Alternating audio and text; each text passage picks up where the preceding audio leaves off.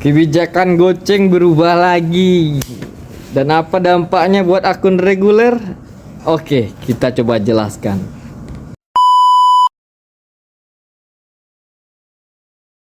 Assalamualaikum warahmatullahi wabarakatuh. Apa kabar abang semua? Semoga sehat selalu dan tidak kekurangan nikmat sedikit pun ya. Hari ini saya mau coba infoin ya. Sebenarnya infonya udah dari tanggal 10 bulan September kemarin. Akun Goceng ada perubahan terkait kebijakan mereka lagi. Seperti abang-abang ketahui, akun Goceng adalah akun GoFood jarak dekat dengan pengantaran jarak 3 kilo ke bawah dan sudah ditentukan areanya masing-masing gitu. Jadi begini abang-abang. Akun Goceng awalnya punya kebijakan mereka hanya mendapat orderan hanya dari pembayaran GoPay saja. Pembayaran tunai itu mereka tidak bisa dapatkan. Terus ada lagi perubahan kedua, mereka bisa mendapatkan orderan dengan pembayaran tunai sehingga mereka bisa mendapatkan orderan dengan pembayaran GoPay dan tunai. Dan sekarang ada lagi perubahan kebijakan yang ketiga. Dan perubahan kebijakan yang ketiga, mereka bisa mendapatkan orderan dari resto yang berada di luar area mereka. Tapi dengan catatan, mereka hanya bisa mengantarkan ke dalam area tersebut.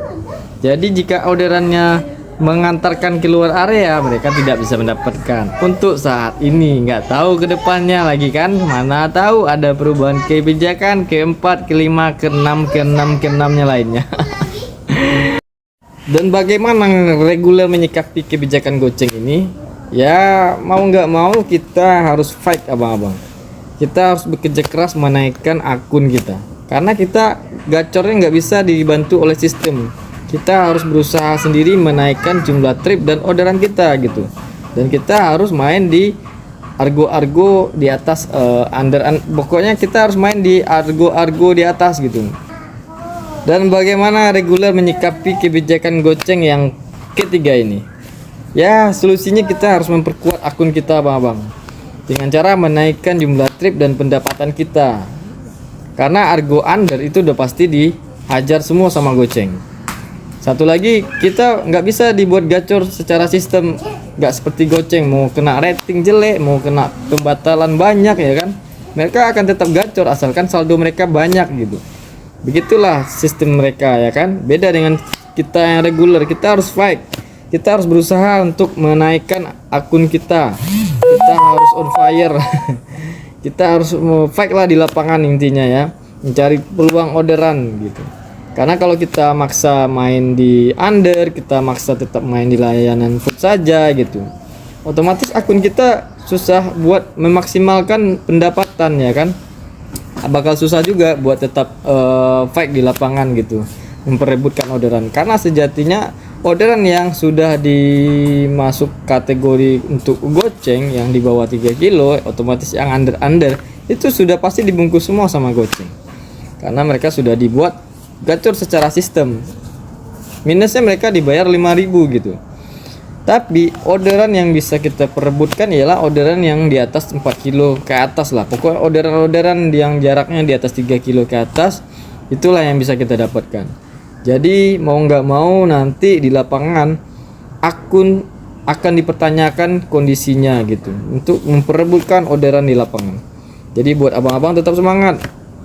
Karena ini sangat berdampak buat akun regular food yang dulunya mungkin tetap fokus main di food, nggak mau coba main di layanan lain seperti Goret dan Gosen. Sekarang nggak bisa lagi seperti itu abang-abang. Abang-abang harus melupakan ego ya kan. Mungkin alasan abang-abang mungkin di motor terkendala ya kan untuk main Goret ya kan. Tapi ya mau gimana, kalau kita tetap main di dunia ojol terutama di Gojek dengan perubahan kebijakan Goceng ini, ya kita harus fight abang-abang. Kalau masih kita tetap ingin mau mendapatkan pendapatan yang maksimal, kita bisa survive di dunia perojolan ini gitu ya kan. Intinya pintar-pintar cari peluang di lapangan agar kita tetap bisa mempertahankan posisi akun kita sebagai reguler di lapangan. Dan sebenarnya di Padang sempat bergejolak juga sih terkait perluasan area Goceng di area Pauh ya kan. Jadi teman-teman driver dari area Pauh itu menolak keberadaan Goceng karena untuk area di sana sungguh sangat ini ya, area kampus, area Unan, Bandar Buat, segala Uranji ya kan. Itu ialah area GoFood yang sangat kuat karena area kampus banyak kos-kosan ya kan, jarak pengantaran pun juga dekat-dekat. Mungkin pihak sistem Gojek melihat peluangnya sangat besar di sana ya kan. Tapi yang jadi perhatian saya dan teman-teman area Pahu ialah untuk area di sana adalah area tinggi dan area perbukitan ya kan. Dengan pembayaran per orderan 5.000 itu cukup menguras isi bensin loh. Karena rute kita itu mempengaruhi perjalanan kita ya kan, mempengaruhi isi konsumsi bensin kita. Jadi dengan area tersebut sangat miris buat driver goceng gitu. Meskipun jarak pengantarannya dekat-dekat gitu kan. Jadi tetap dengan penolakan tersebut hasilnya sepertinya kita belum tahu ya kan. Apakah programnya tetap dilanjutkan di area PAU atau tidak? Semoga saja tidak ya. Dan kalau dilanjutkan sangat riskan juga buat yang daftar gitu. Buat akun reguler yang gabung ke Goceng di area PAU juga buat akun Goceng yang gabung di area PAU juga sangat miris gitu. Karena areanya itu bukan area datar ya kan. Areanya banyak tanjakan, turunan gitu. Kampas rem, bensin itu sangat dipertanyakan di area tersebut gitu. Otomatis pengeluaran juga bakal besar. Dengan pendapatan minim, pengeluaran besar, kira-kira abang-abang bisa jawab sendiri lah ya. Jadi semoga saja kita di dunia perojolan ini semakin baik lah ke depannya dan biaya layanan makin berkurang ya kan. Karena saya lihat untuk Goret sekarang ada Goret hemat masuk ke Padang, itu sangat membantu ya. Ibaratnya biaya layanannya makin berkurang karena ongkosnya cuma 8,5, ongkosnya cuma 9.500 ya kan, dengan pendapatan minimum 8.000 ya. Jadi otomatis kan biaya layanan berkurang itu. Jatuhnya potongan yang buat aplikasi gitu ya kan. Tapi nggak tahu lah sampai kapan program ini berlanjut untuk Goret ya. Untuk Goret sejak masuk Goret hemat di Padang saya sangat bersyukur amunisi semakin bertambah. Kadang-kadang pengantaran jarak cuma 100 kilo ya kan. Orang pesan Gojek pembayaran cuma 4.000 ya kan, pembayaran cuma 8.000, 6.000, 9,5 kebanyakan ya kan, ada juga 10,5 ya. Itulah keuntungan saat ini ya kan. Nggak tahu lah di dunia GoFood sedang bergejolak, tapi di dunia Goret alhamdulillah sejak masuk amunisi layanan Goret ya, layanan Goret hemat sama Goret biasa pendapatannya tetap sama sih yang saya terima gitu. Tapi untuk Gokar sama yang lain gitu kan, aplikasi lain saya lihat banyak yang mengeluh gitu jika mereka mendapatkan orderan dari layanan hemat. Mereka merasa ibaratnya pendapatannya berbeda dari layanan yang biasa gitu jika mereka ambil yang hemat ini. Tapi kalau di Goret yang hemat sama yang biasa itu pendapatannya sama, pendapatan minimumnya masih sama 8.000. Jadi semoga saja Goret hemat masih berlanjut ke depannya dan terus ada gitu ya kan.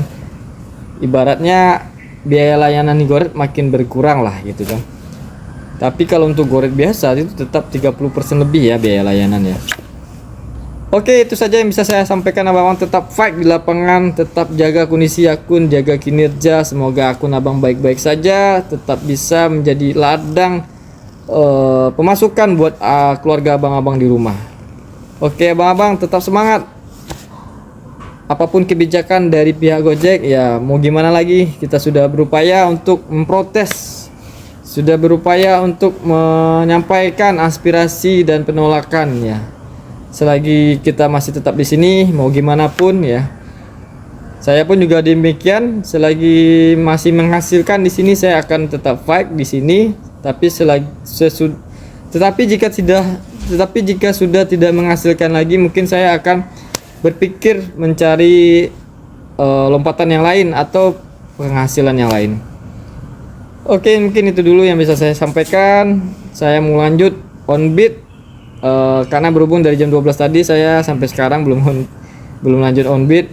Udah jam 5 ya kan, saya fokus ngonten dari tadi karena ada beberapa materi yang ingin saya sampaikan kepada abang-abang semua.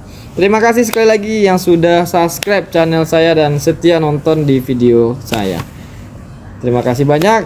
Dan yang belum subscribe, jika video ini mampir di beranda abang-abang semua, silahkan dibantu subscribe. Karena di channel ini tidak jauh-jauh membahas dunia perjolan, terutama di dunia pergojekan.